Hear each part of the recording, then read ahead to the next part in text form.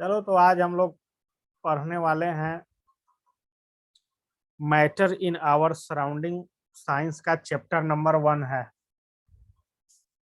ठीक है, साइंस का चैप्टर नंबर 1 है, मैटर इन आवर सराउंडिंग है इसका नाम। ठीक है, कोई दिक्कत नहीं। तो चलिए, सबसे पहले तो मैटर होता क्या है, मैटर से क्या समझते हैं। तो मैटर क्या होता है कि कोई भी चीज जो क्या करे कि स्पेस ऑक्युपाई करे, स्थान को, उसको हम लोग देहाती लैंग्वेज में छेकना बोलते हैं, स्थान छेकना। और जिसमें वेट हो, मास हो, ऑक्युपाई स्पेस एंड मास हो, तो उसको हम लोग क्या बोलेंगे, मैटर बोलेंगे। तो ये सब लिखते चलिएगा, इसका नोट्स नहीं भेज पाएंगे, ये ऑनलाइन है। Matter is anything which occupy space and has मास। समझ में आ गया होगा। कोई भी चीज, दुनिया की कोई भी चीज, वो हवा, हवा ही क्यों नहीं हो, एयर, एयर भी मैटर है, क्योंकि एयर में मास भी होता है और वॉल्यूम भी होता है। वो स्पेस भी पकड़ता है। तो कोई भी चीज, कुर्सी, टेबल, चेयर, जितना चीज आसपास दिख रहा है, अधिकतर चीज मैटर है। समझ में आ गया। इसको लिखते चलेगा। आप देखो, क्लासिफिकेशन ऑफ मैटर है। तो सबसे पहले जब पुराना जमाना था, तो उस समय ऋषि मुनि रहते थे। उन्होंने मैटर को 5 तत्व बोला था कि कोई भी मैटर 5 बेसिक एलिमेंट से मिलके बना हुआ रहेगा। वो 5 एलिमेंट क्या था? एयर था, अर्थ था, फायर था, स्काई और वाटर था। पंच तत्व इसको बोलते हैं। महर्षि कनद ने इन्हों बोला था, वो इसमें नहीं दिया हुआ है, लेकिन पुराने जमाने में जो ऋषि मुनि थे, उनका मानना था कि कोई भी दुनिया का चीज है वो इसी 5 चीज से मिलकर बना हुआ है, air, earth, fire, sky and water, called panch tatva. तो ये भी इंपॉर्टेंट है। सेकेंड लाइन में देखिए क्या, on the basis of physical state of matter, matter is classified into, आगे हम लोग देखेंगे। ये पुराना जमाना वाला अब नहीं चलता है, air, earth, fire, sky and water. अब चलता है सॉलिड, लिक्विड एंड गैस। और ये तो 3 ही स्टेट दिया हुआ है मैटर का, सॉलिड, लिक्विड, गैस। अब प्लाज्मा स्टेट भी आ गया है, चौथा स्टेट, जो कि एनसीईआरटी में थोड़ा सा एक आध लाइन पढ़ना है। ठीक है ना। तो दो स्टेटमेंट समझ में आएगा। और तीसरा क्या बोला है? तीसरा, on the basis of chemical composition matter is classified as pure substance and mixture. Pure substance और मिक्सचर। प्योर सब्सटेंस का मतलब होता है कि कोई एक एलिमेंट, जैसे कॉपर हो गया तो वो कॉपर से सिर्फ मिलकर बना हुआ होगा। लेकिन मिक्सचर क्या हो गया? मिक्सचर हो गया पीतल। पीतल अब 2 चीज से मिलकर बना हुआ है, तो वो मिक्सचर हो गया। मिक्सचर में भी अब बहुत सारा टाइप होता है, आगे चल के हम लोग देखेंगे। मिक्सचर में क्या होता है कि अब एक जो फिक्स प्रोपोर्शन में मिला हो उसको होमोजीनियस मिक्सचर बोलते हैं, और जो डिफरेंट डिफरेंट प्रोपोर्शन में मिला हुआ उसको हेट्रोजीनियस मिक्सचर बोलते हैं। ये सब हम लोग आगे चल के देखेंगे, लेकिन यहाँ अभी आप लोग इसको नोट्स कीजिए। सबसे पहले मैटर का definition, matter is anything which occupy space and has मास। दुनिया का कोई भी चीज जो ऑक्युपाई करे स्पेस और जिसमें मास हो, उसको मैटर बोलते हैं। एग्जांपल, एवरीथिंग अराउंड अस, वो एयर ही क्यों ना हो, वो भी मैटर है। और मैटर का क्लासिफिकेशन हम बता दिए। सबसे पहले एंशियंट टाइम में ऋषि मुनि बांटे थे air, earth, fire, sky and water के फॉर्म में, जिसको पंच तत्व बोलते हैं। उसके बाद फिजिकल स्टेट ऑफ मैटर होता है सॉलिड, लिक्विड एंड गैस। और केमिकल के आधार पर उसको बांटा गया प्योर सब्सटेंस और मिक्सचर के फॉर्म में। प्योर सब्सटेंस को एलिमेंट या कंपाउंड के फॉर्म में लिख सकते हैं, और मिक्सचर क्या हो सकता है? होमोजीनियस मिक्सचर या हेट्रोजीनियस मिक्सचर हो सकता है। ये सब आगे डिटेल में पढ़ना होगा, तो इसको जल्दी से इसको नोट्स किया जाए। और समझ में आ रहा है तो चैट में यस या नो लिखा जाए। समझ में आ रहा है तो यस लिखो जल्दी। और आवाज, वॉइस क्लियर जा रहा है कि नहीं सबको?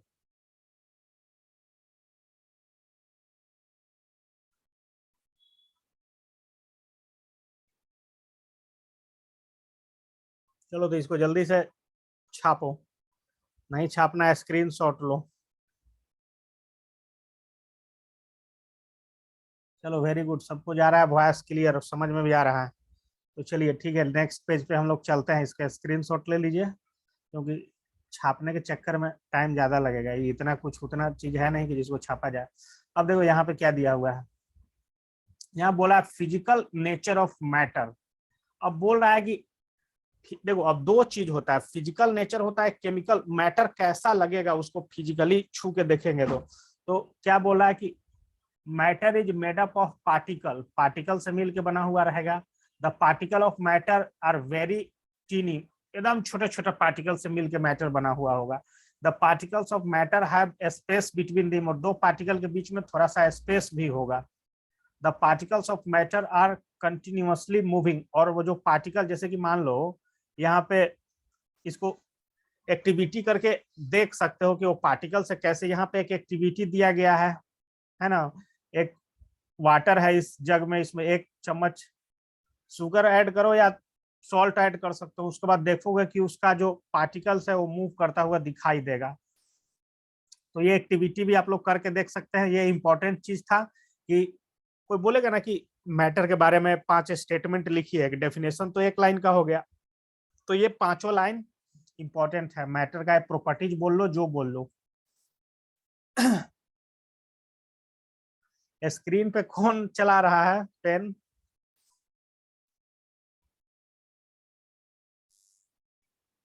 समझ में आ गया होगा एक्टिविटी। Next page.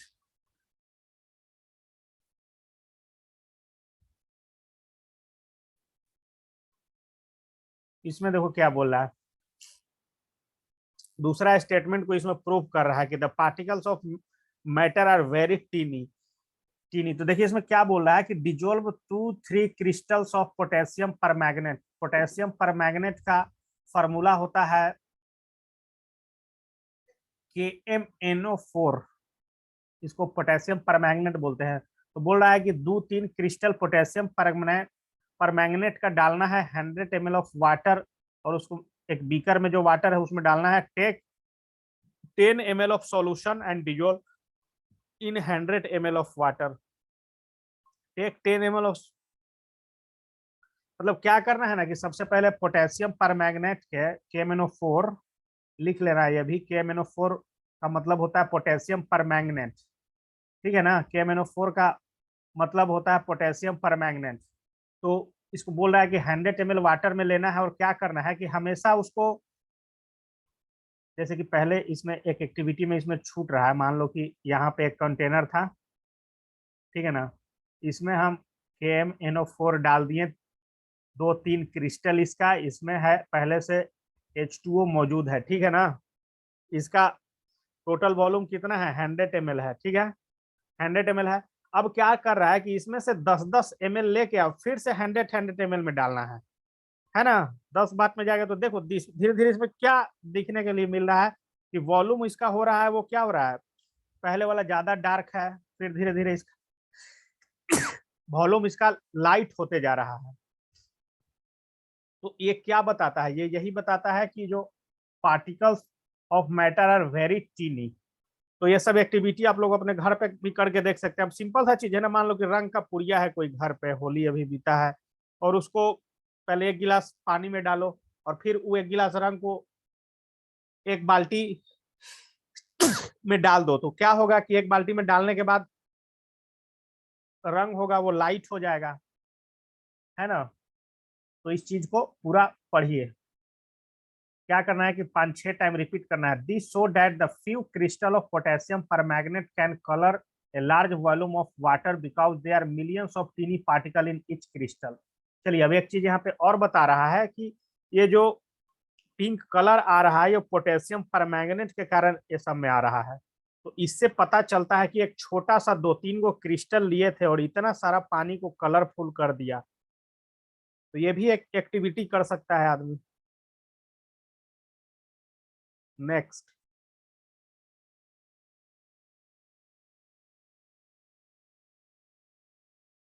चलिए अब ये भी तीसरा लाइन हम लोग पढ़े थे क्या कि जो मैटर होता है उसके बीच में जो पार्टिकल से मिलकर मैटर बना हुआ होता है, और जो पार्टिकल्स के बीच में थोड़ा सा स्पेस भी होता है। तो देखिए ये एक्टिविटी को कैसे प्रूव किया है। Take some water in a beaker and note the level, dissolve some salt और sugar in it with the help of glass rod, मतलब ग्लास रड को या चम्मच, पहले क्या करना है, वाटर लेना है, फिर इसमें शुगर या सॉल्ट लेके इसको डिजोल्व करना है इस रड से, फिर क्या बोला है, the salt dissolve in water but the level of water does not change.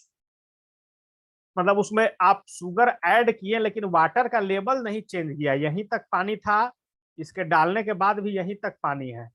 Because of the particles of salt get into the space between the particles of water. इससे क्या पता चलता है कि वाटर का जो पार्टिकल था उसके बीच में कुछ खाली जगह बचा हुआ था, और वही खाली जगह शुगर या हम लोग सॉल्ट ऐड किए वो जगह जाके ले लिया, इसी कारण वाटर का लेवल आपको बढ़ा हुआ नजर नहीं आएगा। तो ये समझ में आ गया होगा एक्टिविटी, समझ में आ गया होगा। तो देखो एग्जाम में ड्राइंग भी बहुत इंपॉर्टेंट होता है, तो ये सब एक्टिविटी नोट्स करते चल सकते हो, इसको नोट्स करो।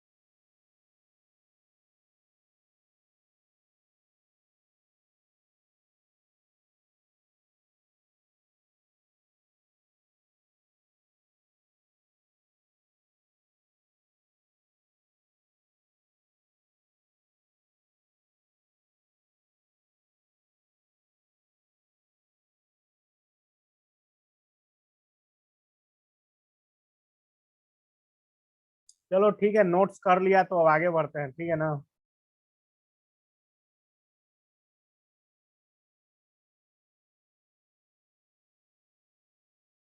देखिए अब फोर्थ स्टेटमेंट उसमें क्या बोला था, जब मैटर का प्रॉपर्टी पढ़ रहे थे कि particles of matter are continuously moving.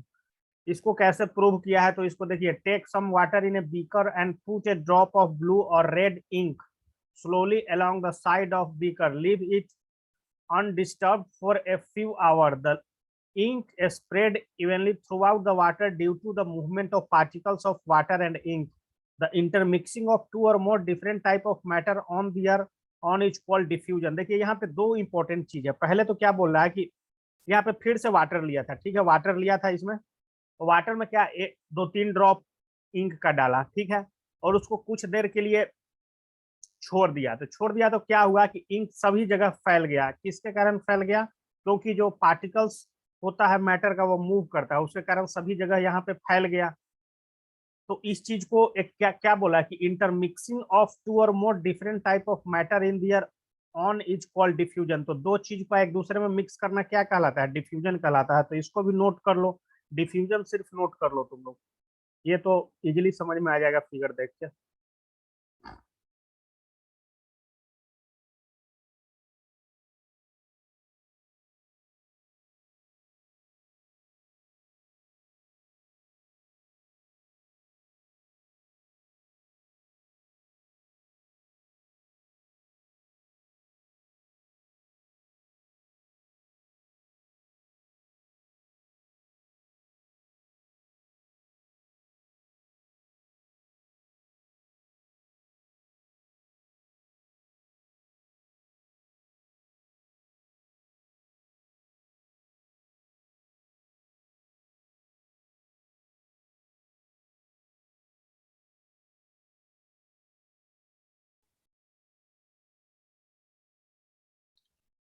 चलो आगे बढ़ते हैं हम। इसमें क्या बोला है, पांचवा स्टेटमेंट बोला था कि मैटर जो है वो दूसरे को अट्रैक्ट भी करता है। तो इसके लिए आपको क्या करना है, take a iron nail, a piece of chalk and rubber band, try to breaking them by hammer, cutting and stretching. It is more easier to break the chalk, less easier to break the rubber band and difficult to break the iron nails. मतलब क्या बोल रहा है कि simple सा चीज ना, चौक लिए, उसके बाद रबर का एक बैंड लिए और एक आयरन का नेल लिए, तो सिंपल चीज है, चौक तुरंत फूट जाएगा, उसके बाद रबर और उसके बाद आयरन डिफिकल्ट होगा उसको ब्रेक करना। This is because the particles in the iron nails are held together. इसका मतलब क्या है, देखिए अब यहीं से पता चल जाता है कि अट्रैक्ट करके रखता है। देखो ये वाला हो गया आयरन नेल वाला, इसमें क्या है कि एकदम close close close close packed है यहाँ पे। फिर ये हो गया आपका रबर वाला, थोड़ा सा दूर दूर है लेकिन फिर भी नजदीक है। और ये हो गया आपका चौक का पार्टिकल, हम इस तरह बोल सकते हैं, या इसको अदर लैंग्वेज में बोले तो इसको हम लोग सॉलिड का इस तरह से अरेंजमेंट रहता है, लिक्विड का इस तरह से अरेंजमेंट रहता है, और गैस का इस तरह से अरेंजमेंट रहता है, तो ये भी बोल सकते हैं। तो ये भी अच्छा स्टेटमेंट लिखा हुआ है, इसको भी तुम लोग याद कर सकते हो, कितना बढ़िया फिगर से समझाया गया है।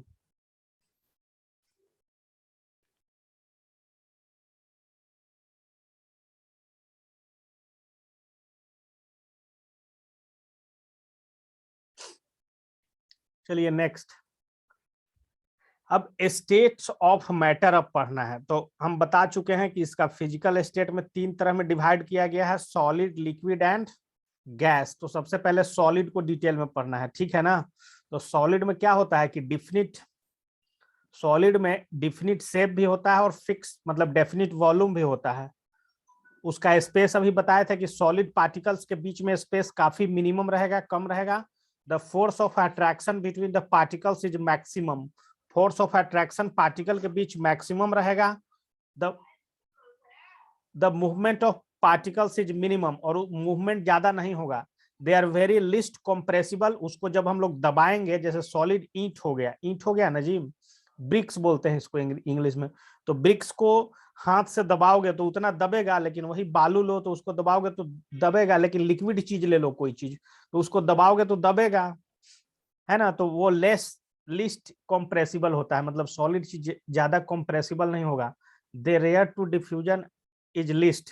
डिफ्यूजन मतलब दो सॉलिड चीज, जैसे यहाँ पे एक आयरन का रड लिया, एक एल्यूमिनियम का रड लिया, बिना इसको टेम्परेचर प्रेशर बढ़ाइए ये अपने आप एक दूसरे में नहीं मिक्स हो जाएगा। लेकिन वाटर ले लो और मिल्क ले लो, ये क्या हो जाएगा, इसको अगर मिलाओगे तो आसानी से मिल जाएगा। सॉलिड पार्टिकल इतना आसानी से एक दूसरे में थोड़े घुलेगा जब तक टेम्परेचर प्रेशर नहीं बढ़ाया जाएगा। तो ये सब प्रॉपर्टीज ऑफ सॉलिड है, बहुत इंपॉर्टेंट है, एग्जाम में ये सब आता है। तो सॉलिड और सॉलिड का प्रॉपर्टी जल्दी से इसको नोट्स किया जाए। नहीं समझ में आ रहा है तो यस यस करते चलिए, ताकि हम समझ सकें कि सब लोग कनेक्ट है एकदम जबरदस्त।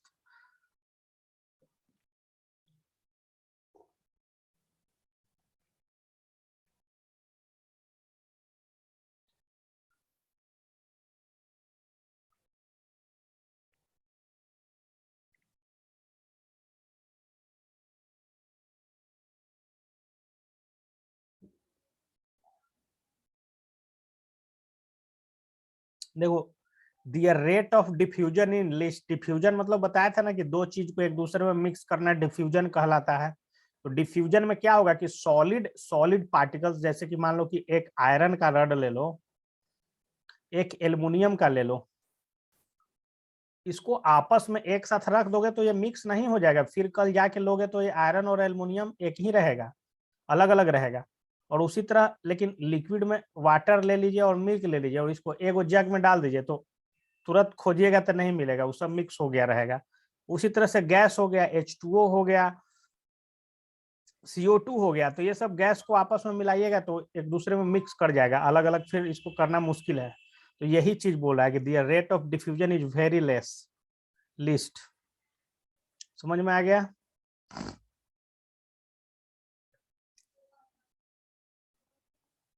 नेक्स्ट, अब लिक्विड का प्रॉपर्टीज।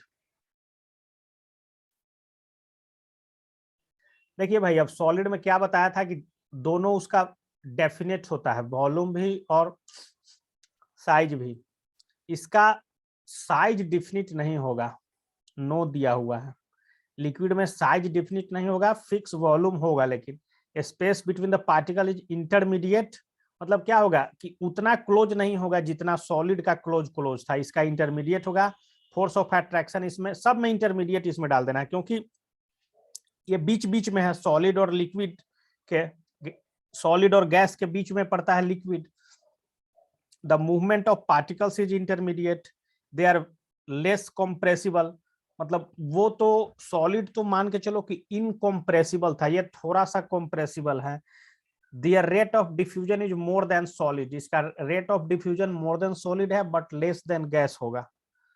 तो ये भी मेन यही याद रखना है कि प्रॉपर्टीज ऑफ लिक्विड में इसका नो डिफिनिट शेप होता है और फिक्स्ड वॉल्यूम होता है। The space between the particles is intermediate, the force of attraction between the particle is intermediate, the movement of particle is intermediate, they are less compressible, their rate of diffusion is more than solid। Intermediate का meaning होता है बीच में, intermediate मतलब class 12th नहीं Bihar board का। Intermediate का मतलब होता है बीच में, जैसे सॉलिड आएगा ना जी, सॉलिड और ये हो गया लिक्विड और ये हो गया गैस, तो ये दोनों के बीच में आ रहा है ना लिक्विड, तो इसका जितना भी प्रॉपर्टीज होगा इसके दोनों के बीच में रहेगा। मतलब सॉलिड से इसका थोड़ा सा मूवमेंट, जैसे इसका स्पेस बिटवीन पार्टिकल है तो सॉलिड से इसके पार्टिकल के बीच में स्पेस ज्यादा होगा लेकिन गैस से कम होगा, यही इंटरमीडिएट कह रहा है। समझ में आया?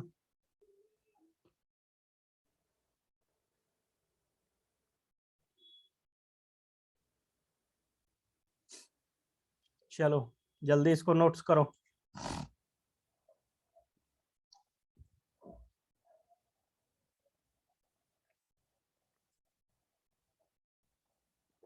साइंस का आज पहला ही चैप्टर है, तो विष्णु न्यू स्टूडेंट है, कोई दिक्कत नहीं है, उसको भी समझ में आ ही रहा होगा, एकदम इजीली है। क्या करेंगे ना कि पहले पीपीटी से इसको खत्म करके फिर एस चांद का न्यूमेरिकल करवाया जाएगा, तब ठीक रहेगा, है ना। पहले थ्योरी हम लोग पढ़ेंगे, मस्त कॉन्सेप्ट क्लियर हो जाएगा, फिर न्यूमेरिकल बनेगा।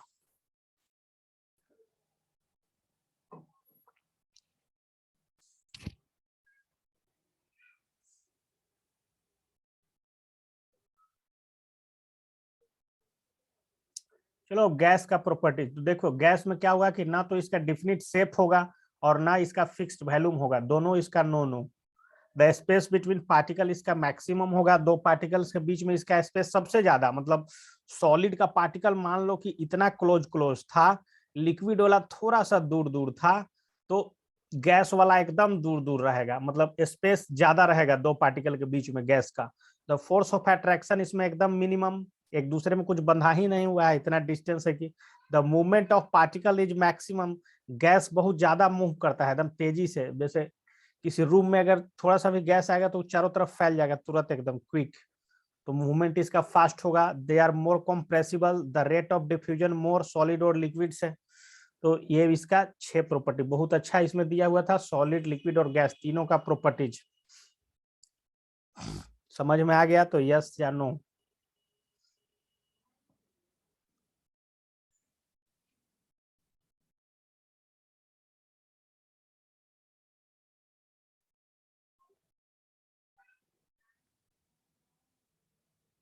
चलो ठीक है, वेरी गुड, सबको समझ में आ रहा है। Next next slide.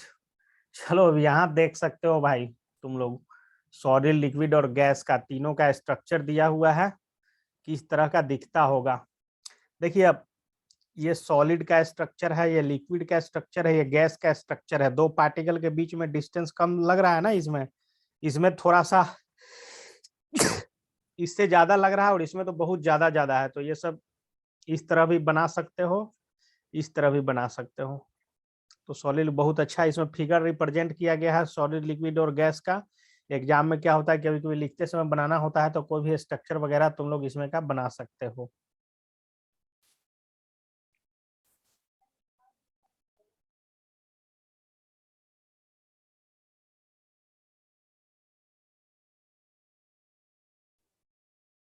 समझ में आ गया ना वहां तक? चलिए अब लिखेंगे, अब चेंज ऑफ स्टेट। ठीक है, चेंज ऑफ स्टेट क्या होगा, मतलब चेंज ऑफ स्टेट करने का मतलब सबसे पहले तो आपको बताएगा कि स्टेट का मतलब क्या होता है। स्टेट का मतलब क्या होता है, सॉलिड लिक्विड गैस। तो चेंज ऑफ स्टेट का मतलब क्या होगा कि सॉलिड लिक्विड में कैसे कन्वर्ट करेगा, लिक्विड गैस में कैसे कन्वर्ट करेगा, उसी तरह से गैस लिक्विड में कैसे कन्वर्ट करेगा, लिक्विड सॉलिड में कैसे कन्वर्ट करेगा। अब यही चीज पढ़ना है, समझ गए। तो देखिए सबसे पहले क्या बता रहा है इसमें, सबसे पहले बता रहा है कि when a solid is heated, change, solid को जब हीट देंगे तो ये लिक्विड में चेंज हो जाएगा, और लिक्विड को जब कूल करेंगे तो ये सॉलिड में चेंज हो जाएगा। उसी तरह से लिक्विड को अगर हीट देंगे तो गैस में चेंज हो जाएगा, और गैस को हीट देंगे तो लिक्विड में चेंज हो जाएगा। तो ये ऊपर का लाइन लिखने से अच्छा है कि आप लोग ये जो ग्राफिकल रिप्रेजेंटेशन है इसको बनाइए, रे डायग्राम इसको बोलते हैं। ये लिखिए, टॉपिक का नाम है चेंज ऑफ स्टेट। मतलब इसका एग्जांपल क्या है, मान लो कि आइस का टुकड़ा था, बर्फ का, उसको हीट दिए तो वो पानी में, वाटर में बदल गया, वाटर में बदल गया ना। अब वाटर को अगर और गर्म करेंगे, बॉयल करेंगे तो किस में बदल जाएगा, उड़ जाएगा गैस बन के। समझ में आया ना, आइस को हीट दिए तो लिक्विड में गया, और लिक्विड को और ज्यादा बॉयल कर दिए तो वो गैसियस स्टेट में चला गया। फिर उसी तरह से गैसियस स्टेट को कूल करोगे तो फिर से वो वाटर में बदल जाएगा, और वाटर को फिर से बहुत ज्यादा फ्रीज करोगे तो फिर से वो आइस बर्फ में बदल जाएगा। तो एग्जाम्पल से यही यहाँ पे समझा रहा था। तो ये आप लोग ये वाला खाली बना लीजिए स्टेटमेंट, टॉपिक है ये।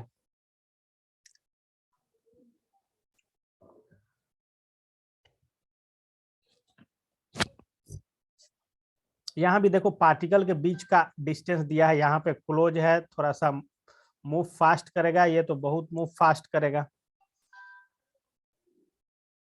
समझ में आया ये चीज।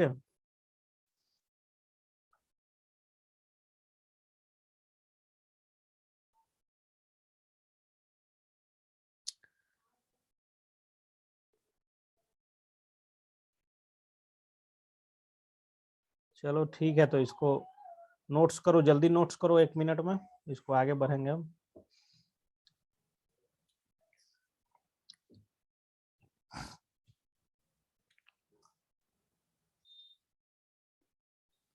बहुत जल्दी जल्दी नोट्स कर रहा है, सबका व्हाट्सएप पे कॉपी मंगाया जाएगा, जो बच्चा झूठ बोलेगा कि नोट्स कर लिए। चलो नेक्स्ट, नेक्स्ट भी उसी का दिया हुआ है, कुछ खास नहीं है।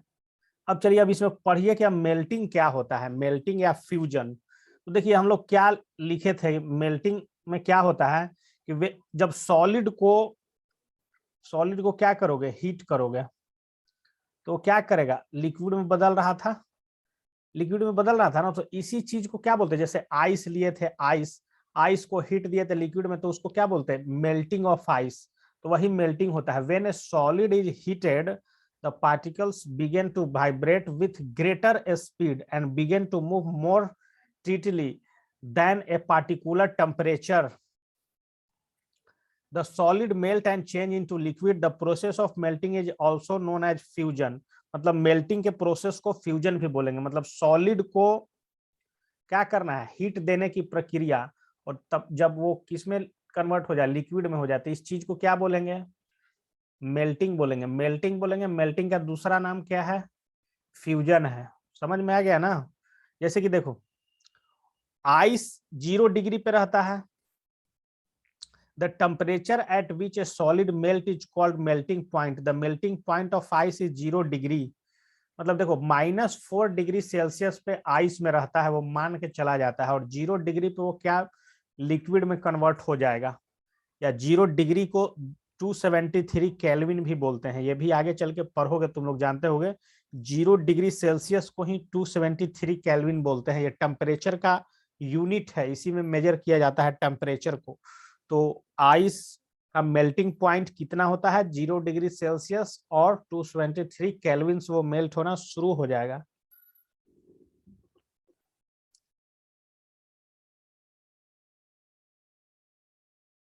अब यहाँ पे एक चीज और देखा जाए कि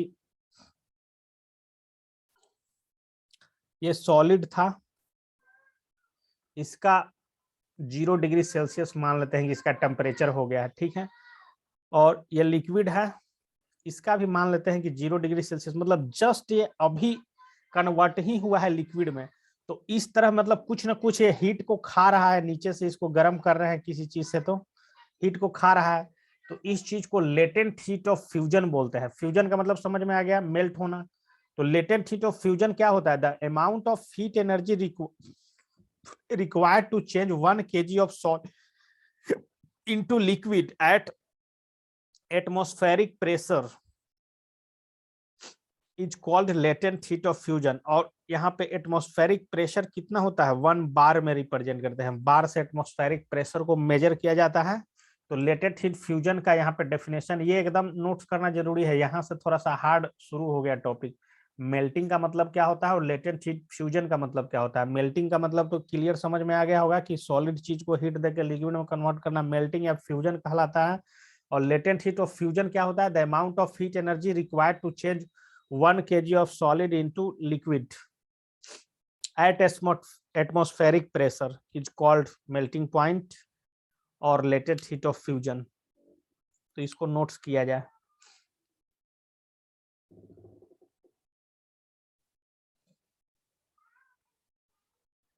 ये समझ में आया दोनों चीज?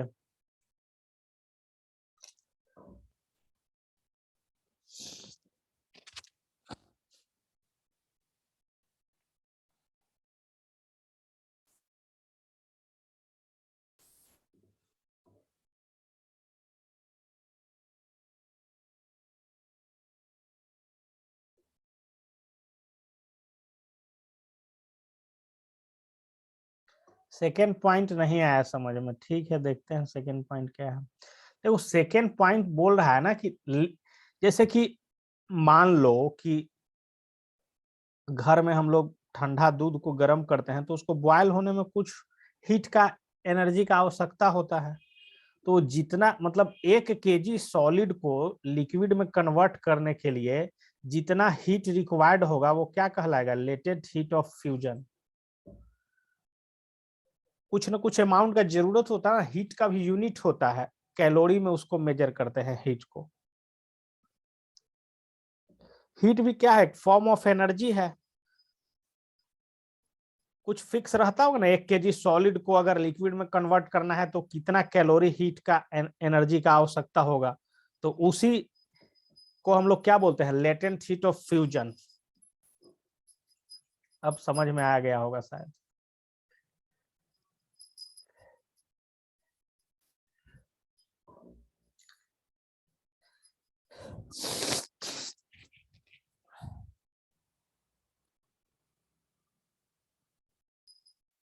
चलो ठीक है, आगे बढ़ते हैं।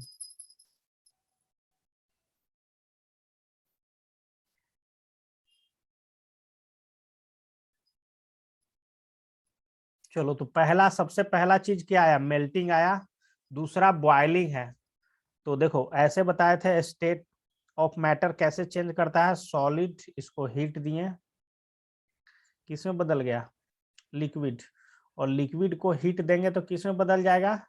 गैस में। तो लिक्विड को हीट देने का प्रक्रिया क्या कहेंगे? जब गैस में चेंज हो जाए तो उसको हम लोग बॉइलिंग कहते हैं, सब लोग जानता होगा। When a liquid is heated, the particles begin to move even faster than the particular temperature. The liquid begin to boil and change into gas. जब वो बॉयल होने लगे और गैस में चेंज होने लगे तो उसको क्या बोलेंगे हम लोग? बॉइलिंग बोलेंगे। Boiling is bulk phenomena. When a liquid boils the bulk of the liquid change into vapour. मतलब क्या होगा ना कि जब बॉयल होने लगा ना तो बहुत मात्रा में वेपर निकलने लगेगा, थोड़ा सा नहीं, थोड़ा थोड़ा करके बहुत ज्यादा मात्रा में। The temperature at which liquid start boiling is called its boiling point. और बॉइलिंग पॉइंट लिक्विड का कितना? 100 डिग्री सेल्सियस। तो H2O का मेल्टिंग पॉइंट कितना था? 0 डिग्री सेल्सियस या 273 केल्विन। और इसका बॉइलिंग पॉइंट कितना हो जाएगा? बॉइलिंग पॉइंट 100 डिग्री सेल्सियस और या 373 केल्विन। तो ये भी हम लोग नोट्स कर लेंगे तो ज्यादा बेटर है। आता है कहीं कहीं ऑब्जेक्टिव में, कोई भी पूछ देगा। यहाँ दिया हुआ भी है तो इसको तुम लोग नोट्स कर सकते हो। समझ गया ना? इसको हम लोग मिटाते हैं ना तो ये फिर आ भी जाता है। समझ में आया? चलो ठीक है, तो ये इसको भी नोट्स करो, बॉइलिंग क्या होता है। उसी तरह से यहाँ पे क्या होगा कि लेटेंट हीट ऑफ वेपोराइजेशन होगा, the amount of heat energy required to change 1 kg of liquid into gas at atmospheric pressure is called boiling point, is called latent heat of vaporization. Boiling point पे 1 kg liquid को atmospheric pressure पे gas में change करने में जितना amount of heat energy required होगा उसका क्या बोलेंगे, लेटेंट हीट ऑफ वेपोराइजेशन होगा। तो ये ज्यादा इंपॉर्टेंट है। पहला हम लोग क्या लिखे थे, लेटेंट हीट ऑफ फ्यूजन, और दूसरा में क्या आया, latent heat of vaporisation. Latent heat of fusion का एग्जांपल 0 डिग्री आइस को 0 डिग्री लिक्विड में कन्वर्ट होना। लेटेंट हीट ऑफ वेपोराइजेशन का एग्जांपल 100 डिग्री सेल्सियस पे बॉयल वाटर है, उसको 100 डिग्री सेल्सियस वाले गैसियस या वेपर फॉर्म में चेंज होना। तो एग्जांपल भी इंपॉर्टेंट होता है, इसमें नहीं दिया हुआ लेकिन 11th में जाओगे तो पढ़ना होगा, या इसमें भी होगा, एस चांद वगैरह किताब अच्छे से पढ़ो, उसमें होगा ये सब चीज।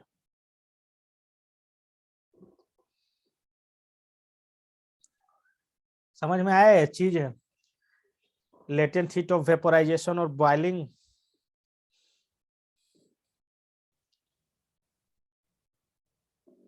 तो यस लिखो, समझ में आया तुम। चलो ठीक है, सबको समझ में आ गया।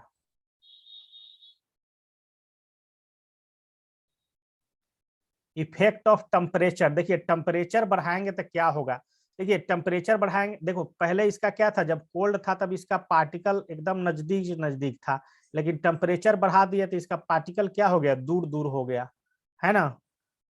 लिक्विड का जब कोल्ड था तो पार्टिकल नजदीक नजदीक था, और टेम्परेचर बढ़ा दिया तो इसका पार्टिकल क्या हो गया, दूर दूर हो गया, गर्म कर दिए तो टेम्परेचर बढ़ाने पे क्या होता है, सॉलिड का भी पार्टिकल्स के बीच का डिस्टेंस बढ़ जाएगा, मूविंग करने लगेगा ज्यादा।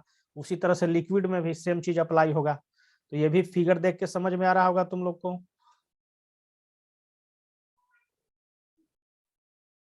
ये एकदम सबसे इंपॉर्टेंट है। Sublimation, the change of state directly from solid to gas. अब देखिए हम लोग अभी अभी क्या पढ़ रहे थे कि पहले सॉलिड से हम लोग लिक्विड में जा रहे थे, फिर गैस में जा रहे थे, लेकिन अब यहाँ पे सब्लिमेशन में क्या होगा कि सॉलिड डायरेक्ट गैस में कन्वर्ट हो जाएगा। तो इस प्रक्रिया को क्या बोलेंगे, सब्लिमेशन। एग्जाम्पल, ए सॉलिड कॉम्फर, मतलब कपूर जो घर में हम लोग को जलाया जाता है, कपूर वो डायरेक्ट क्या होता है, सॉलिड फॉर्म में होता है, और उड़ के सीधा क्या हो जाता है, वेपर में चला जाता है, गायब हो जाता है। वो अमोनियम क्लोराइड से मिलकर बना हुआ होता है। तो कैम्फर मतलब जाना हो ना, कपूर होता है, कपूर को हम लोग जलाते हैं तो वो सॉलिड से सीधा गैस में चेंज हो जाता है, और सॉलिड से गैस में चेंज होने की प्रक्रिया को सब्लिमेशन बोलते हैं। ये समझ में आ गया होगा।